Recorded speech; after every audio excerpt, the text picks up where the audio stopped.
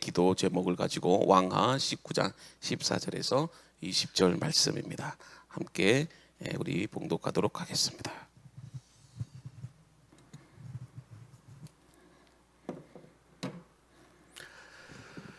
히스기야가 사자의 손에서 편지를 받아보고 여호와의 성전에 올라가서 히스기야가 그 편지를 여호와 앞에 펴놓고 그 앞에서 히스기야가 기도하여 이르되 그룹들 위에 계신 이스라엘의 하나님 여호와여, 주는 천하만국의 홀로 하나님이시라. 주께서 천지를 만드셨나이다.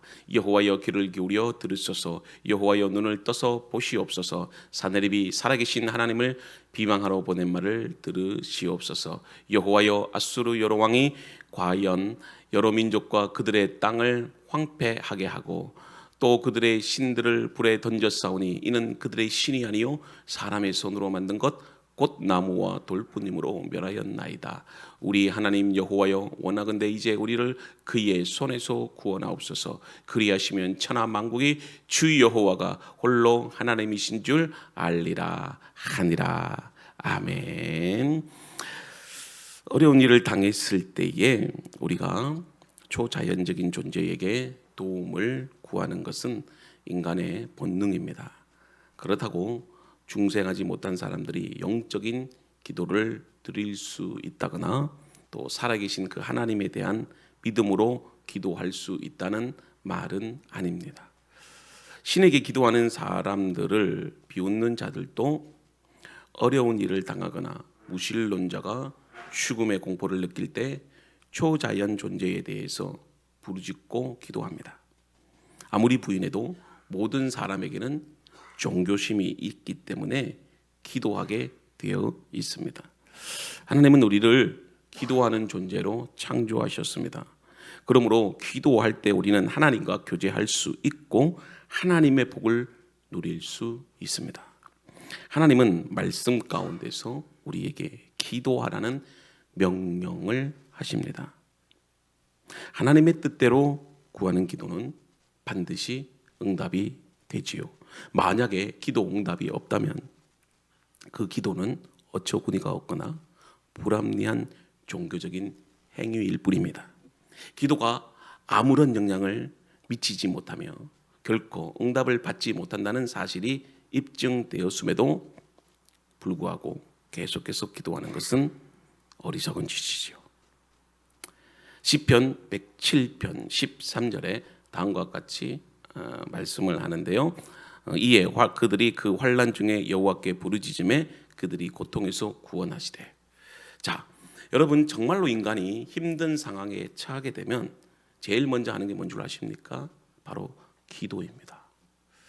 그러므로 여러분들이 기억해야 할 것은 고난 중에 기도라 할지라도 그 상황과 환경을 벗어나기 위한 그런 기도보다는 그 고통과 그 아픔 속에서도 하나님의 뜻이 무엇인지 깨닫고 그 기도를 통해서 하나님의 그 영광을 드러낼 수 있어야 합니다. 기도는 어린 아이처럼 자신이 원하는 것을 만족할 수 있는 어떤 이상적인 조건을 구하기 위해서 떼쓰는 것이 아니지요. 기도를 통해서 내가 변화되고 또 기도를 통해서 내가 하나님 아버지를 더 잘 알게 되며 기도를 통해서 내가 더 성숙되는 것, 이것이 진정한 기도의 목적입니다. 오늘은 히스기야의 기도입니다. 본문은 유다 왕 히스기야가 위기에 처한 상황을 우리에게 가르쳐주고 있는데요. 아수르 왕인 이 사네립이 막강한 군대를 이끌고 이 보잘것없고 조그만한 이 왕국이었던 남유다를 쳐들어옵니다. 이 사네립은 사르곤 2세의 아들로서 아주 용맹스럽고요, 또 강인한 기상이 있으면서 비록 장자는 아니었지만 황태자로 이 책봉이 되어서 왕이 된 사람이에요. 그래서 이 사네립은 이미 이 북왕국을, 북이스라엘을 다 멸망시켜버리고 그리고 이제는 남아있는 남유다를 쓸어버리려고 18만 5천 명의 군사를 이끌고 쳐들어옵니다. 자, 지금 남유다에 있어서 절대절명의 위기지요. 왜 그럼 이런 위기를 겪게 되었습니까? 처음에는 이 히스기야가 친아수르 정책을 펼칩니다. 그러다가 이 히스기야가 갑자기 반아수르 동맹에 연합해서 반란자로 그리고 주목이 되어서 그게 그런 어떤 아수르 동맹에 가담을 하기 시작합니다. 이로써 이 히스기야는 이 사네립의 심기를 건드리는 것이 되어서 이 사네립은 보복의 일환으로서 남유다를 지금 침공하게 된 것입니다. 자, 이것은 남유다가 이제 절대절명의 그런 어떤 멸망을 당할 그런 큰 위기였습니다. 특별히 아수르는요, 한번 정복한 민족은 그 민족의 씨를 말려버립니다. 그리고 우리가 지금 북이스라엘이 남아있지 않는 것처럼 그 민족들을 다 흩어버려서 완전히 그런 어떤 반란의 씨를 제거해 버리지요. 그러니까 이 아수르가 남유다를 침공해 왔다는 것은 이제는 역사 가운데 이 남유다가 사라져버릴 큰 위기가 닥쳐왔다는 것입니다. 자, 이러한 위기는 지도자뿐만이 아니라 우리의 삶에서도 어쩔 수 없이 이런 위기가 얼마든지 나타날 수 있다는 것을 우리는 생각해 보게 됩니다. 여러분, 그러나 오늘 말씀에서 우리가 깨달을 수 있는 것은요, 분명히 기적이 필요하죠. 남유다는 아수르를 대적할 수가 없습니다. 이제 남유다는 멸망을 당해야 할 수밖에 없습니다. 우리가 생각해 볼 때 이 남유다에게 있어서 정말 기적이 필요하죠. 근데 그 기적은 언제 나타났느냐면 위기 때 나타난다는 것입니다. 반대로 생각하면 여러분, 우리가 위기가 왔다고 느껴지면 곧 이제는 기적에 가까이 왔다고 여러분들이 생각할 수 있어야 되죠. 그렇기 때문에 한 나라뿐만이 아닙니다. 기업도 가정도 마찬가지예요. 여러분, 사람이 살아가는 데 있어서 왜 위기가 없겠습니까? 그러나 우리가 그 위기 때문에 포기하면 정말 망하는 거예요. 사람마다 다 위기를 느낄 수 있어요. 그러나 그 위기 가운데서 우리가 하나님을 바라보고 우리가 하나님 앞에 엎드려 기도하면 그 위기를 기적으로 바꿀 수 있다는 것이에요. 그것을 오늘 우리가 히스기야를 통해서 경험할 수 있고 우리가 타산지석으로 삼을 수 있다는 것입니다. 그래서 여러분들이 그 기도하는 가운데 하나님이 주시는 새로운 힘을 가지고 믿음을 가지고 그 위기에 도전하면은요, 오히려 그 위기가 협력해서 선을 이루어서 여러분들의 인생을 새롭게 바꿀 수 있다게 하는 것입니다. 그러므로 여러분들 지금 위기를 두려워하지 마십시오. 자포자기해서는 안 된다는 것입니다. 자, 우리는 오늘 이 히스기야가 이런 위기 속에서 어떻게 그 문제를 해결해 나갔는지 말씀을 통해서 우리가 함께 은혜를 나누려고 해요. 자, 히스기야 선지자가 이사야에게 지금 도움을 요청하면서 이렇게 울부짖고 있습니다. 자, 왕하 19장 3절인데요. 그들이 이사야에게 이르되 히스기야의 말씀이 오늘은 환난과 징벌과 모욕의 날이라. 아이를 낳을 때가 되었으나 해산할 힘이 없도다. 여러분, 지금 히스기야가 오늘처럼 이렇게 환난과 모욕을 겪어본 적이 없다고 고백하지요. 근데 이것은 히스기야가 지금 이런 개인의 그런 어떤 환난과 모욕이 아니라 지금 하나님의 이름이 조롱을 당하는 그런 아픔을 가지고 있었다는 것이에요. 자, 우리가 왕하 열왕기하 18장 25절을 우리가 한번 보는데요. 내가 어찌 여호와의 뜻이 아니고야 이제 이곳을 멸하러 올라왔느냐. 여호와께서 전에 내게 이르시기를 이 땅으로 올라와서 쳐서 멸하라 하셨느니라 하는지라. 자, 지금 아수르 왕 사네립이 유다를 멸망시키려고 옵니다. 근데 그 왕을 보필하고 측근에서 수종드는 이 왕이 신임했던 그 신하가 바로 랍사게입니다. 근데 그 랍사게가 이 유다에 와서 이 히스기야를 바라보면서 유다 백성들을 향해서 지금 조롱하는 것입니다.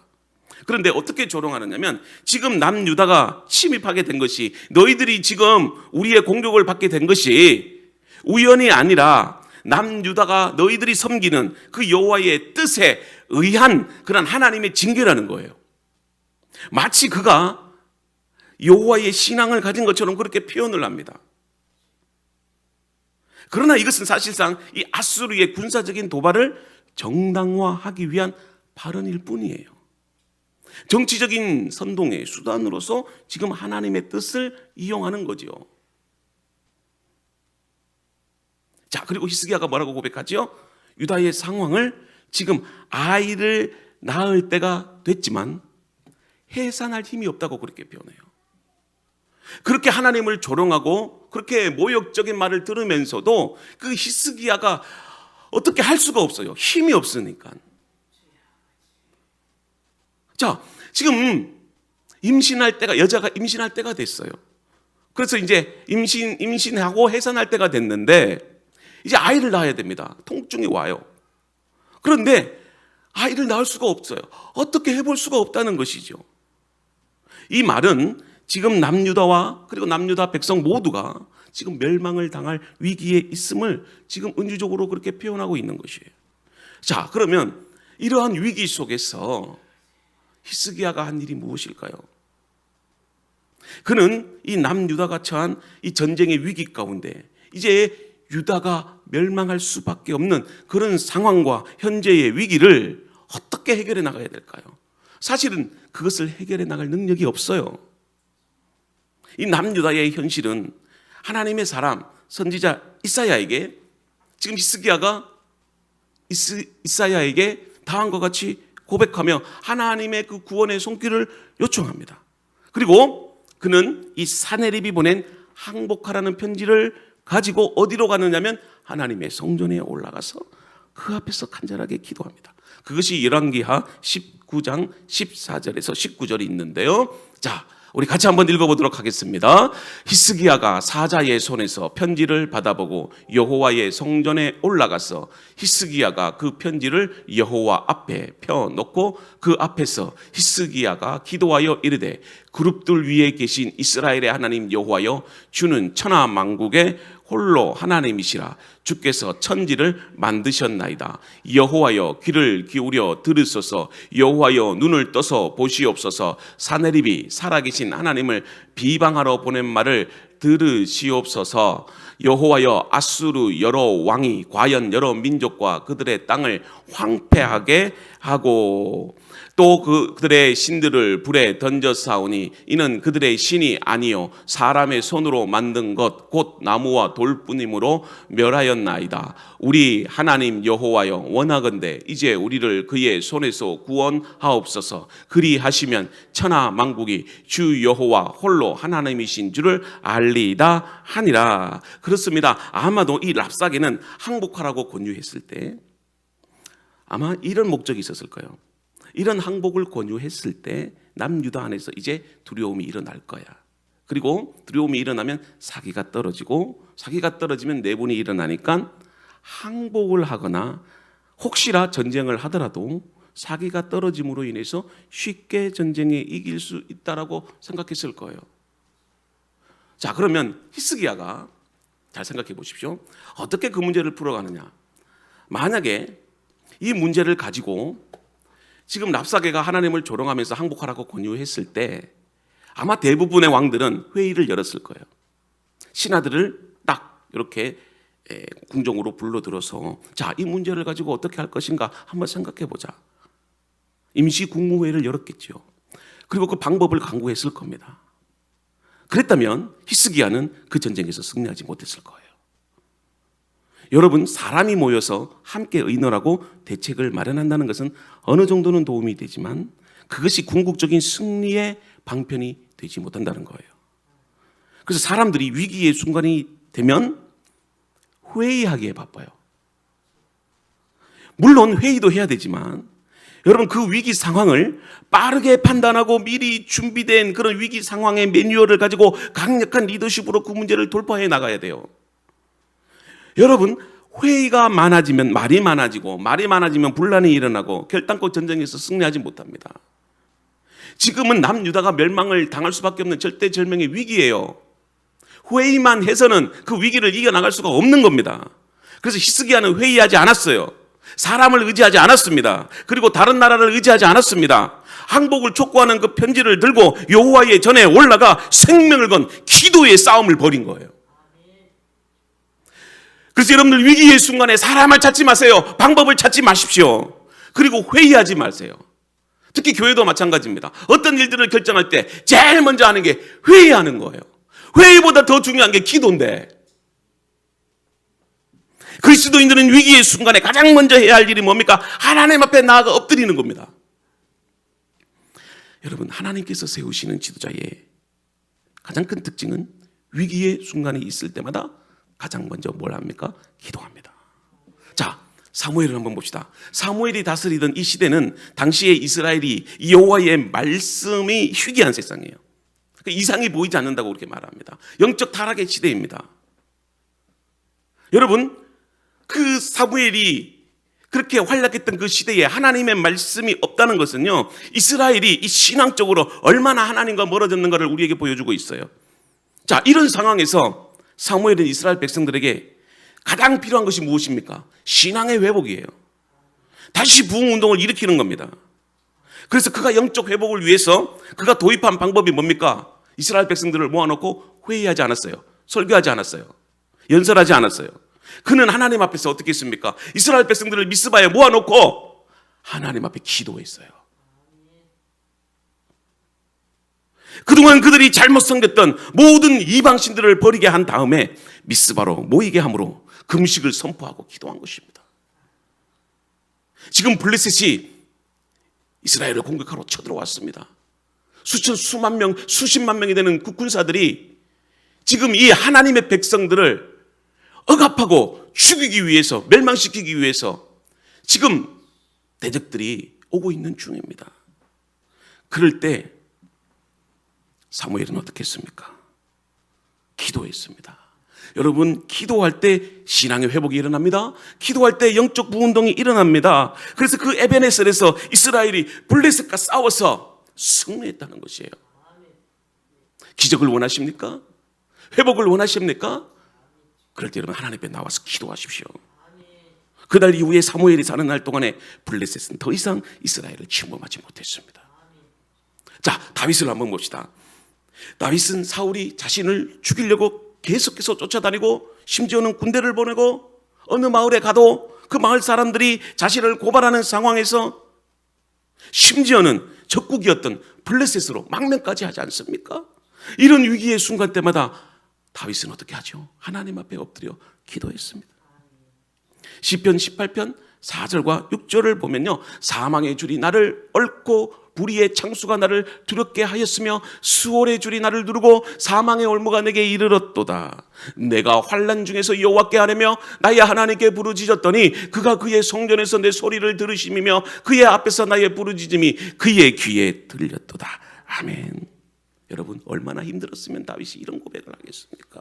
정말로 죽을 것 같이 힘들었지만 그때 그가 무엇을 했다고 합니까?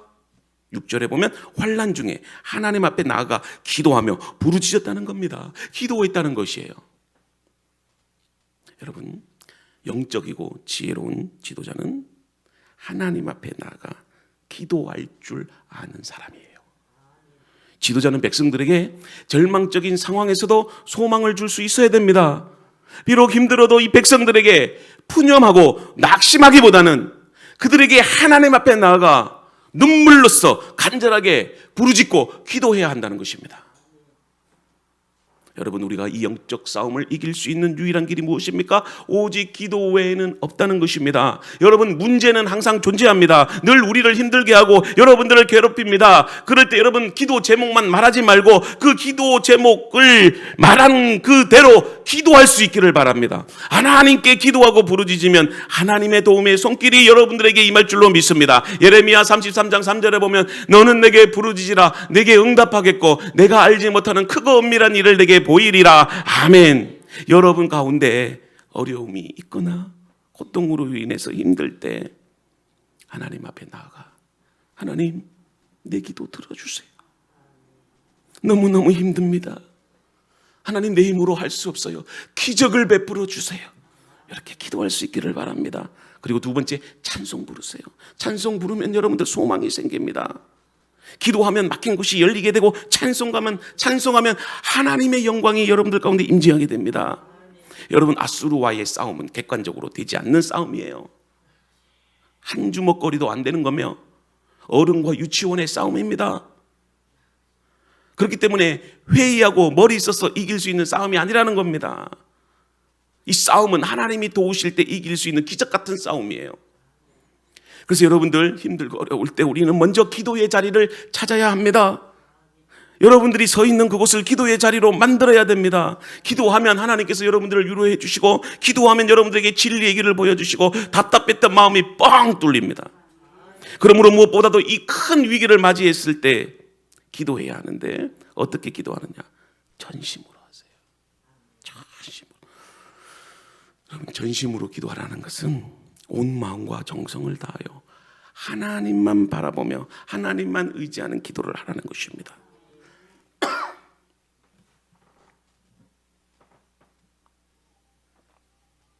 기도할 때 내 생각 다 내려놔야 돼요. 내 판단 다 내려놔야 됩니다. 그리고 하나님이 말씀하시는 그 방법대로, 그래서 깊은 기도가 들어가면 하나님의 음성이 들리기 시작해요. 깨닫지 못했던 그 일의 문제의 해결이 보이기 시작합니다. 이거는 우리가 그냥 형식에 따라서 기도하는 사람에게는 느끼지 못하는 거예요. 그러나 정말 간절하게 영으로 마음을 다해서 기도하는 자에게 하나님의 뜻이 보입니다.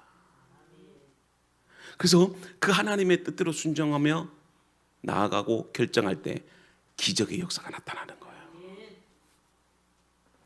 그래서 여러분, 위기의 순간에는 생명 걸고 기도해야 됩니다. 그냥 기도해서 되지 않습니다. 어떤 기도?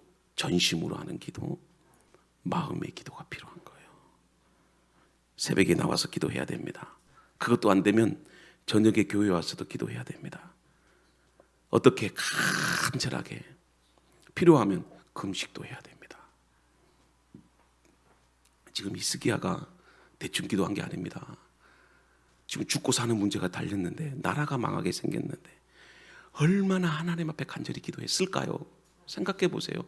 지금 여러분들의 사업이 망하게 생겼는데, 지금 자식들 때문에 힘들어 죽겠는데, 지금 경제적인 문제 때문에 하루하루가 살아가기 힘든데, 여러분 대충 기도해서 살겠습니까? 마음을 다하여 간절하게 부르짖을 때 하나님이 응답하시는 것입니다. 그럴 때 어떤 역사가 나타났습니까? 그 간밤에 하나님의 천사가 와서 아수르의 군대 18만 5천 명을 다 송장으로 만들어 버렸습니다. 할렐루야. 이것이 기도의 능력입니다. 기적이 일어난 것이에요. 여러분, 우리는 기도로 기적을 만들어야 됩니다. 어쩌면 우리가 살아가는 이 시대에 기적이 필요한 시대일 줄로 모릅니다. 여러분들의 가정에 기적이 필요하지 않습니까? 정말 우리 교회도 기적이 필요하죠. 우리 교회는 코로나 때 개척이 된 교회입니다. 다들 위기라고 말을 해요. 오히려 있는 교회도 망할 판인데, 그러나 저는 기도하고 하나님의 음성을 듣고 정말 그 위기를 기적으로 만들기 위해서 하나님만 바라보고 우리 교회를 세웠던 것이에요. 저는 믿습니다. 하나님께서 우리 교회를 통해서 기적의 역사를 만들어낼 줄로 저는 믿습니다. 감사한 것은 우리 교회가 그래도 기도한다는 소문이 들렸어요. 계속해서 우리에게 중보기도를 부탁하고 있어요. 그래서 그 중보기도만 하는데도 1시간이 걸려요. 새벽기도요. 우리 교회 성도들 먼저 기도하고 또 중보기도 부탁한 성도들 같이 기도하니까 1시간이 가요. 나라와 민족을 위해서 기도해야 되고, 우리들의 자녀들을 위해서 기도해야 되고, 정말 우리 교회의 부흥을 위해서도 기도해야 되지 않습니까? 존 낙스는 이런 말을 합니다. 기도하는 한 사람이 기도 없는 한 민족보다 강하다. 여러분, 한 사람은 약하잖아요. 무기력합니다. 그러나 기도하는 사람은 강한 거예요. 우리는 기독교의 역사에 있어서 기도하는 사람이 많을수록 그 민족과 교회는 부흥했다는 것을 우리는 알고 있습니다. 기도하는 웨슬레 목사님의 한 사람 때문에 영국이 변화가 됐습니다. 무디 목사님의 그 기도가 정말 영적 대각성 운동, 그 북미의 놀라운 부흥의 역사를 일으켰던 것입니다. 오늘날 왜 부흥이 일어나지 않는 것입니까? 그것은요, 한 사람의 기도를 무시하기 때문에 그래요. 항상 우리의 기도를 가로막고 있는 편견 때문에 그렇습니다. 기도하면 돼? 에이, 네가 뭔데? 기도하면 되겠어? 절대 그렇지 않습니다. 아직 때가 되지 않았어. 조금 더 모이면 하자. 조금 더 좋은 환경이 되면 그때 기도하자. 저희 교회는 그렇지 않았습니다. 코로나 시대 때 기도했습니다. 아무도 없어도 하나님 앞에 엎드려 기도했습니다. 오늘날 교회가 이제 수단과 방법을 동원해서라도 사람을 모으려고 합니다. 그러나 저는 그렇게 목회하지 않겠습니다. 저는 우리 교회가 기도하는 사람들이 모여들기를 바랍니다. 기도하는 한 사람이 기도하지 않는 10,000명보다 강함을 저는 믿습니다. 그러므로 우리 교회는 기도 없는 다수가 아닌 기도하는 소수의 사람들이 많아지기를 원합니다. 생각해 보세요. 히스기야 한 사람이 그 히스기야의 기도가 유다와 백성들을 살린 것입니다. 이것이 바로 영적 지도력이에요. 지도력은 기도로 되는 것입니다. 하나님은 기도하는 사람들에게 하나님의 능력을 보여주십니다. 우리는 지난 시간에 종교개혁주의를 보냈습니다. 종교개혁은 촛불혁명처럼 수천, 수만, 수백만 명의 사람이 이루어낸 것이 아닙니다. 루터와 칼빈 같은 소수의 사람들에 의해서 큰 부흥의 불길이 타올랐던 것입니다. 그 불길이 교회와 세상을 변화시켜 나갔습니다. 오늘 우리가 고민하고 염려할 것은 무엇입니까? 바로 기도입니다. 참 안타깝습니다. 오늘날 기도하는 사람이 점점 적어집니다. 교회마다 기도의 시간이 점점 사라지고 기도하는 시간도 줄어듭니다. 오늘 우리 히스기야와 같은 그런 기도를 드릴 수 있기를 바랍니다. 기도의 응답, 그것은 우리가 전심을 다해서 하나님을 바라보며 믿음으로 기도하는 자에게 승리케 하시는 그런 기도의 부흥운동이 저와 여러분들에게 있기를 주님의 이름으로 축복합니다. 하나님 감사합니다. 오늘도 히스기야의 기도를 통해서 우리가 온 마음과 정성을 다하여 기도할 때 놀라운 기적의 역사가 일어나는 것을 보게 됩니다. 아수르의 대군이 하나님 공격해 올 때 남유다가 어떻게 그 하나님 전쟁에서 승리할 수 있겠습니까? 그러나 하나님 기도하는 지도자는 다릅니다. 하나님께 엎드려 간구하며 부르짖었을 때에 하나님께서 그 전쟁을 승리케 하여 주셨습니다. 오늘도 우리가 동일한 고통과 아픔 속에서 있을 때 하나님, 우리가 인간적인 생각과 방법으로 그 문제를 해결하지 않게 하시고 먼저 하나님께 나아가 기도하며 기도할 때 전심을 다해서 기도하게 하여 주시옵소서. 생명 걸고 기도하게 하여 주시옵소서.